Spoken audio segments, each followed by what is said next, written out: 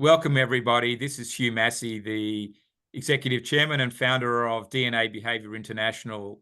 And today I'm delighted to be hosting another identity conversation. And I've got the great pleasure of having with me Jesse Hendon, who is the Vice President of Sales and Operations at Agility Insurance Services. He runs quite a team there in Houston and around the country. He's a consummate networker, people person. So welcome, Jesse. Thank you, Hugh. Pleasure to be here. Been a fan of yours and feel lucky to be a part of everything that you're building here with your media empire. Yeah, well, you inspired me in our conversation we had the other day in the podcast, and so it's great to reconnect and maybe be slightly on the other side of the table for this one. But why don't just to get started, why don't you tell us a little bit about your early life and your career background and how you got to this place of being a VP at Agility Insurance for sales operations and strategy. It's been an unorthodox journey, Hugh. I born in Jersey, raised in Indiana. I remember being 10 years old, shoveling snow, saying, I'm going to get out of this place. Went to school to be a teacher of all things. And when I graduated from Indiana University, I hightailed it to Los Angeles, California, so I could be in the sun. It had nothing to do with celebrity. It had nothing to do with Hollywood. I was going where it was warm all year round. Going back to that 10-year-old shoveling snow, right? Yep. And I taught LA public schools for 3 years. If you ever saw the movie Training Day with Denzel Washington, go back and watch it. I got him his first Oscar. Great movie. And that's the neighborhood I taught in. So the kids came from some pretty tough backgrounds, 90% plus free lunch school. And it's a lot of issues with the kids, but they were awesome kids. I actually had some kids came to the country, didn't speak a lick of English, ended up at Harvard. Like just hardworking, dynamic, great kids. It was my first exposure to what like the real immigrant struggle is, like people who come over here, work their tuchus off, work their backside off, do it for their kids so their kids can take it to the next level. It was beautiful, man. But one thing about Los Angeles, capitalism thrives. And after 3 years of teaching public schools, I was like, I want to get a taste of what this capitalism is. I want to be a businessman. So I decided to jump into finance. There was I won't throw names to protect the innocent and or guilty, however we want to call it. But there was an agency that sponsored me to get my Series 7, Series 66 life insurance license. Bounced around financial services for a bit. This was 06, 07, 08. You probably know what's happening next. Yeah. Implosion. I thought I was going to be a golden boy, and I learned real fast that ego's no amigo. And I went from a golden boy to not even a polished turd. I didn't have any prospects for jobs. I got laid off. I was getting super broke, but I had one thing. I had an insurance license. And in addition to that piece of paper that I had, I was not afraid to go out and try to get business by any means necessary. So I literally went and knocked on doors throughout Los Angeles, California, selling final expense plans in neighborhoods that you hear in rap songs, Inglewood, Compton, Hawthorne, Gardena, etc. Eventually got into the space called the Medicare space. And so a buddy of mine and I ended up winning this contest at this insurance agency that we were working with that in our world, turning 65 is gold. So people who were coming onto Medicare, we had a list of everyone in LA and Orange County, won this contest, immediately left that agency and started our own agency the next day. We got our S Corp 2 weeks later, and we were off and running because we had a list of everyone turning 65 in Los Angeles and Orange County over 6 months. And we went and knocked doors. Literally every other day, he would drive or I would drive. I was so broke at this time. By the way, shout out to my wife, who was my girlfriend at the time. I was so broke, my car got repossessed. And she let me drive her car every other day when it was my day to drive. And she would take the bus to downtown LA for work. Wow. Just like the beauty of support, man. And we eventually built this little agency into 50 agents, had about 5,000 MA plans on the book. And in 2016, I sold my interest in that book of business. In hindsight, probably not the best idea, but at the time, life was happening, seemed like a good idea. I moved from there, went corporate.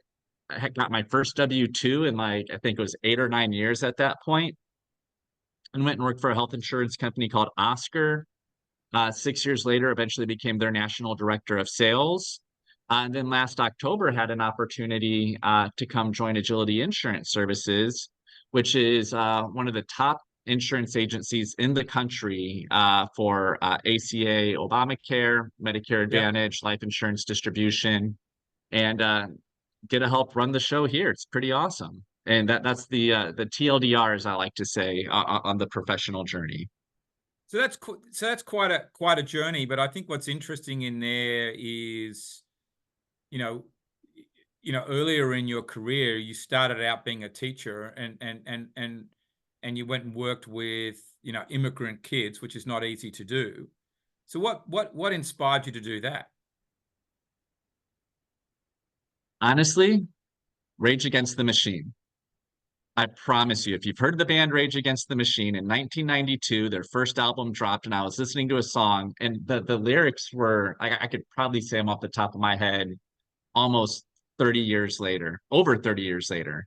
But he says, the teacher stands in front of the class, but the lesson plan he can't recall. The student's eyes that perceive the lies bounce off every wall. And it goes on that, and it's like this story of how education, because he was an immigrant kid as well, and just the story of how a teacher can impact students, and like it carried this guy into his musical career. They had their points of view on things, and I was 13 years old, 14 years old, listening Yeah. to some punk rock, right? But it inspired me that I wanted to make a difference, and I thought that teaching would be a great way to make that difference. And then when you go and interview, at least for LA public schools, you go interview at the district level, and they just kind of send you wherever you end up. And so I ended up where I ended up. And I didn't leave teaching because of the kids. The kids were great. And if I could have made a nice 6-figure living as a teacher, I may have stayed. But Yeah, but society impacts value elsewhere, and yeah, so I think now that we're here. in your values there's wanting to make a difference and impacting the kids, Yes, sir. but you were successful at impacting the kids. And what was Yes, it sir. about you and your talents that made you successful at impacting those kids for the 3 or so years that you were the teacher? Because that's no easy environment doing that, with kids that have come from a harder background, don't speak the language, etc. They've got every barrier going against them, Yes, sir. and you help them succeed. So there's something that you did there, or able to do, because you're Jesse Hendon. That's what I'm trying to uncover. It's a skill set that I carry with me to this day, Right, Hugh. which I thought that would be the case, but I want to know. Yes, it's It's I awesome. believe that sales is a transfer of energy, hard stuff. Yeah. And my whole life, even through today, I run sales ops, I run strategy, et cetera, but I'm still a sales guy at heart. And in leadership and sales and inspiration is a simple transfer of energy. I didn't expect the kids to care about what happened with Mansa Musa in Africa in the 600s. That has no bearing on their life. But what we talked about was like storytelling and impact of stories throughout history. And there's things happening around the world, and things that are happening around the world have an impact on other things happening around the world. And just having fun with it and learning about cultures. Like, hey, in the Middle East, there was this religion called Islam that you've maybe never heard of, and this was the origin of it. And in Japan, there was this, great story of in the Shinto religion, and the sword that came down into the ocean and pulled up the islands of Japan. It's stories, it's fun, it's understanding what's happening in the world around that. And I But think that's the enthusiasm of that transferring over got them stoked for, yeah, at least coming to class. yeah, and for our listeners as well, and we'll sort of talk about the DNA discovery in a minute, but just for the listeners, if they haven't guessed, you're an engager style, which does involve inspiring people, being extremely enthusiastic, and friendly. But to understand, even at a young age, I mean, you were still a relatively young man when Yes, you were sir. stepping into the teaching of these kids. It's not easy to understand storytelling. Um, was probably something quite special. I don't think I knew it then. Yeah, It's a very hindsight mechanism. Like now I understand. I've that's learned what you were storytelling. I've naturally learned doing. narrative. Yeah, Yes, sir. yeah, Yes, sir. yeah. I didn't expect them to know dates. Hell, I didn't expect them to really remember even the names. It's like, what's happening? What's some story? What still exists today from these things? So how's that then experience then transferred across into the world of capitalism, as you say? You decided to become a capitalist. Basically, you had some motivation to improve your lifestyle, earn more money, and you saw financial services or insurance, being an avenue, but you still got to go and do it and be successful. As you knock on the doors, be resilient, take the rejection, because probably not everybody said yes, but maybe they did for you. Um, Very few people said yes. Oh man. I when I first started at my first firm knocking on doors, selling mutual funds, I didn't even have a license yet. And they said, go knock on doors and collect phone numbers and say you're going to start a financial services firm. And it was in Glendale, California. I got a map from the uh, Chamber of Commerce in Glendale, California, and would highlight the streets, different colors. I went through two pairs of shoes that year, yeah, knocking on doors. Hey, can I get your number? We're going to talk about this and that. And a lot of rejection. And then even when we got into the Medicare side, we were selling something like this was a few years later, but we are selling something that everybody over 65 for all intents and purpose needs. And like, what are you coming to my door to talk to about Medicare for? And what was like 1 in 10 people would say yes by that point. We'd improved quite a bit. And we knew the numbers and it's how we were able to take it and scale it. yeah. So in a way, it was about knowing numbers, knowing that you were going to get rejected, and just accepting that that's part of the game. And trying to and not taking it personal. I think Yeah, that's the other big piece there is you're knocking on someone's door. They could have had a horrible day at the office. Who knows the dynamics of what's happening with folks. And most of the time, it's not to you as the salesperson or the person coming forward. There's just life, man, and life can beat folks up. So if I'm there with a smile, don't take it personal. I might even get a call back a week later. Hey, you left your card. Thank you. Need to talk about this thing. Can you come over? And, but and for that's how we started building. but for your success, though, do you think that handling the rejection and the objections was really the number one thing, or do you think that your ability to storytell, even though you were getting rejected, I think was it the was a success combination point? of things, Hugh, Yeah, but I like to say I'm a nerd. I'm a big nerd. And so I'm going to learn to the best of my ability everything about what I'm selling and everything that surrounds what I'm selling. So I might be selling Medicare Advantage plans, or I might be selling health insurance plans through Obamacare. But what's health insurance? It's access to care. So I also learned about all of the hospitals that were in LA. I learned about all of the provider systems that were in LA. So I could knock on someone's door and they'd be like, oh, hey, I go to this hospital. Okay, this is the plan you need. Wait, how do you know that already? Because I know every plan and I know every hospital system and I know every doctor. And so is the ability to process the why. And so, like being a history teacher, kids like, why do I need to know this?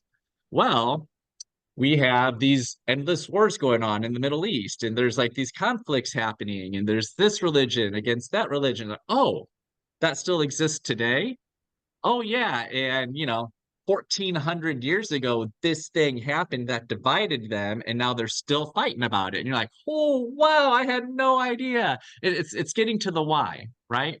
So why do I need to talk about your Medicare plan? What's your Medicare plan going to do? It's going to make sure you have access to your doctor and you get all your drugs covered and it's going to cost you the least amount of money possible. That I think that's the skill set that I really derived from teaching. It's telling the story. Yeah, you go to insert hospital here, see doctor there, or I've had a member who also went to this hospital, and this is how we were able to drive their costs down. But it's getting to the why of the situation really quick. And even when I was national sales Yeah. director at Oscar, why Oscar? And I think it's answering that why that really allow like people who can answer the why can get close to the deal, close the deal, etc. People who cannot, that's where and I don't know if I'm allowed to say bullshit or not, but that's where you see the bullshit in Yeah. everything, right? I think that's where the substance comes in as a salesperson is what you're doing, and as you say, why it needs to be done, and you're able to connect the dots for somebody at a deeper Yes, level sir. rather than just saying, here's a product and I want you to sign here. Um, Why? yeah, yeah. Yes, And sir. I presume that's what you teach others to do, because you also still train people in the network, that you've got there for agility. Yeah. Thank God they don't have to listen to my voice. We have somebody who is a much better trainer than I am. But I do get to help build the trainings out, and that department ultimately does lead into me. In the strategy work that we do in terms of we have 15,000 brokers around the country that we Yeah. work with, and getting to them so they know what they need to sell in their market and why is a huge part of our value prop, right? What's the zero cost Obamacare plan in El Paso, Texas? It's getting down to that granular level. What hospital system is leaving a market? What hospital system's leaving a Medicare Advantage plan? For instance, in San Diego, Scripps decided to stop working with Medicare Advantage plans. Big, huge deal in San Diego because 15,000 members are now up for grabs. Kansas City Blues leaving the Medicare Advantage market. Now, everyone who lives in Kansas City, their blue is gone for Medicare. It's providing that level of detail and understanding the impact of that exit. And so, if you have a group of salespeople in Kansas City, holy smokes, there's now this many people that are going to be on the market this coming open enrollment. I better go get to them before my competitors get to them and provide them a quality service so they stay with me moving forward. Yeah, so that's really the strategic input. And then somebody else actually just does the, sort of executes the training, but you've embedded the strategy there, Yes, sir. which then sets up the training. So, if we look at this in relation to your DNA discovery, which you completed, you went in online, took 10 to 12 minutes, you did it, and you came out as an engager style, probably not a surprise. So what did it tell you about, your gifts, and how do you see it in your success today? For what it's worth, Hugh, it reminded me where I need to double down. And Yeah, it is doubling down on my people engagement. yeah, And even in struggles, even in times where I find myself having difficult conversations, just in the last 2 weeks since I've taken that survey, I remembered put a smile on my face, have upbeat dialogue versus downbeat dialogue. yeah, If there's somebody of a higher authority in the room, I feel either intimidated and or I feel in a precarious like, should I go to battle? Should I not go to battle? I've opted to not battle, but go in with high enthusiasm and optimism. And I found myself coming out of those meetings feeling relieved, like, oh, I was able to be my natural self versus a self that I think I'm supposed to be. And I don't know if this, I'm sure this is something you see, but I know I battle with imposter syndrome and I battle with like, do I belong in these rooms, etc. yeah. By being my natural self, it took away that imposter syndrome because now I'm just being me in any environment. So doubling down, excuse me, on that engagement, doubling down on the excitement, doubling down on the optimism. Just in these last 2 weeks, I can already tell you there's been positive impact in probably 3 or 4 meetings that I've had. And I think that's a very important message for our audience to hear, is to double down on your number one strength. And really, that at the end of the day, success comes from confidence. And that's the environment you're going to be the most confident in, and you need to be in places where you can be enthusiastic, where you can inspire people. You need to be smiling. Yes, Um, sir. but I You think know, also there's there's a comfort level for you in knowing that the why underneath of what you're selling and strategically how it fits into place. And then you can be the best of you on top of that in terms of what the world in terms of what the world sees. So if we brought all this together, how do you, Jesse, want, sort of see your identity and in terms of that, how you want to be remembered by, in your career, how you want the world to see you? Because I think this is that sort of important step, given you have doubled down, but how do you want the world to see you from now on? as someone who cares. Yep. I care about human progress. Anybody that we hire onto our team, I want to hire them for 3 jobs from now and make sure that they're going to have at least the base personality types for us to be able to help move them up the org. Yep. Whenever I move into a new position where I have different folks that are now reporting to me, I want to come to them with enthusiasm and I want to create a plan immediately on helping them get to their next level. Sometimes that involves stripping pieces away. Yep. Sometimes that involves doubling down on what they're doing really well. It's figuring that out. But I want to be known as the guy who came in and helped people get to their next level. And I did so with enthusiasm, and I did so in an environment that people enjoyed working in. Yeah. So So when they come to work, it's like, yes, building an engaging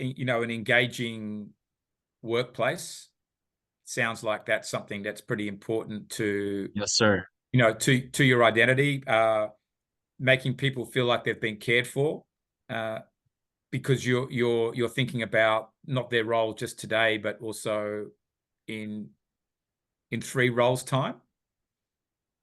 Is there something else about that, what, in terms of makes you unique in how you bring this apart, bring this, to the world? Well, I think oftentimes when you get trapped in what could be considered an enthusiasm loop or an optimism loop, that realism, people think that realism isn't a part of this. And we have very non-threatening environments here, but people receive direct feedback. And I've created an environment that allows me to provide feedback because people know this feedback is to get them to that next level. So feedback isn't delivered in terms of a hammer trying to knock you down. Feedback is almost the other side of the hammer, that you have that nail that's stuck and you're trying to get it out of there so it can, like, you can reposition it and get it right where it needs to go, right? We're providing feedback in a positive environment. We're providing feedback to help people knowing that they want to get to that next level. And sometimes you just have to have those hard conversations. And we can still have those hard conversations within the scope of engagement, within the scope of optimism, et cetera. Yeah, because I think that sort of plays into one of the reasons why I wanted to build the DNA business was and a core value for us is psychological safety. That if there's going to be the right workplace culture, there has to be psychological safety. The way Yes, sir. feedback is provided is vital to that.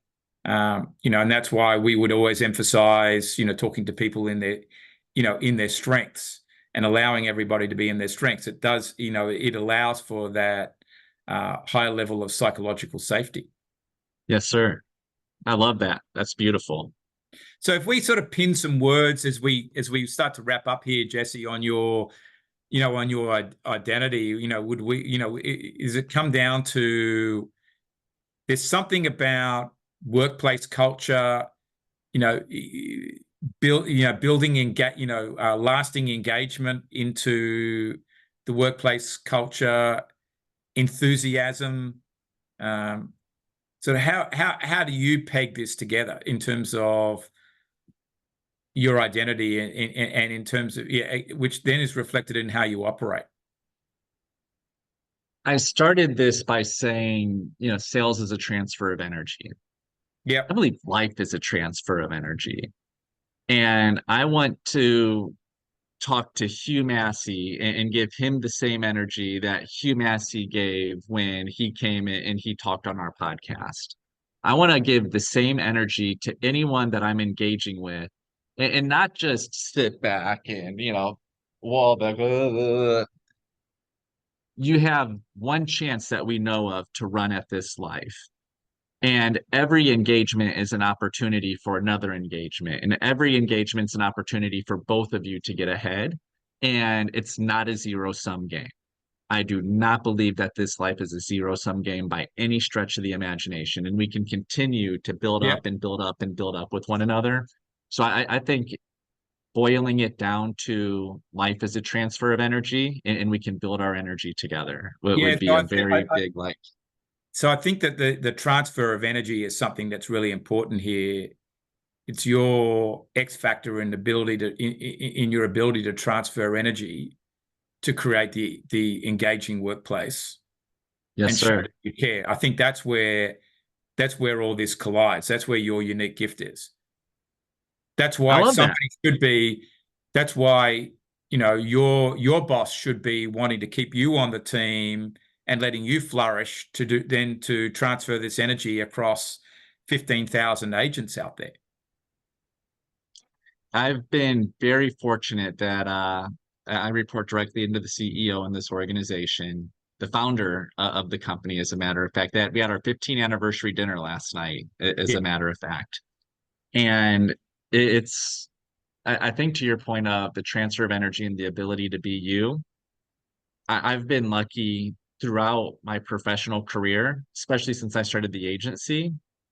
That's when I started discovering this. And that's really my je ne sais quoi, I guess you could say, right? And I never thought about it like that until this very conversation, Hugh, that it really is that the X factor is that transfer of energy.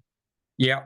And I Wow. think that just sort of for the audience and for you, the X factor is really what drives your identity. I mean, the values are important. I think caring about people is a value. As I mentioned before, the psychological safety is a value, but it's your X factor is what makes you different. Hmm. And there is an extreme energy that you're able to bring, of course, because you've got those values. But that's what you need to be in an environment where you can come and bring that energy to engage a large workforce, not just Yes, two sir. people. No, Like you did at the school, that you were engaging a pile of kids. You transferred 35, energy. 40 kids at a time. Correct. Now you're doing it with 15,000. Yes, sir. Not many people Yes, can. sir. Not many people can do that. It's a blessing. This is where you're Simone Biles, right? Um, Ooh, why not? We all get a gold yes. medal, but we all are capable of a gold medal for something. Yes, sir. Oh, that's a mic drop, Hugh. Yeah, Holy cow. She's also a Houstonian. I know. Maybe there's something in the water.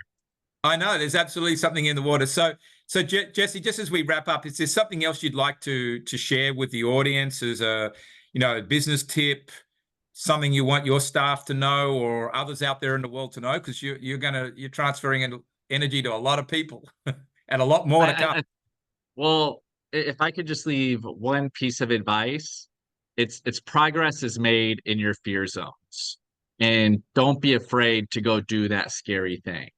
Because when you go and do that scary thing, it's going to stretch you and it's going to allow you to grow. It's the old Arnold Schwarzenegger adage. The reason that weightlifting is great for business progress is because you go to failure every time. And there's not a lot of success in that if you're going to failure every time. Don't be afraid to fail. All those no's you get when you knock on the door are going to come to yeses. All those no's that you get Yeah. when you're trying to get to the next step of business are going to come to yeses, but you never know KNOW unless you receive some no's on your way to the yeses. Yeah, I think that's a great message, particularly for the environment that you work in. Because so many salespeople, well, people say that they're good at sales, but they really can't handle rejection. And I think that you do have to have a bit of a thick skin for all of that if you're going to be out there in sales. But also, there's lots of ways Or in entrepreneurship. right. But there's lots of ways to reframe this. And you know, I've been like everybody, I've been rejected millions of times, but I found that at a later stage, sometimes the person does become a client later. Or that no taught me something that I do better with somebody else, or they gave me a lead. There's so many ways to turn that into a positive mindset. And I think that's what you're trying to do as well. And I think Yes, sir. important message for Yes, all of sir. your. Well, thank you, Hugh. This has been I never thought about the transfer of energy as an X factor, man. This has been a great conversation. You showed me something that I haven't thought about before. And I have to take a second and give you your flowers and say thank you. You've done something special for someone today, man. Thank you so much for that. Well, I feel chuffed to hear that, and that's what always my goal is. Every time I do one of these conversations, something new comes out or a clarity comes for each person, and it's amazing how it happens. Yes, sir. Thank you. It's great spending time with you, Jesse. You too, sir.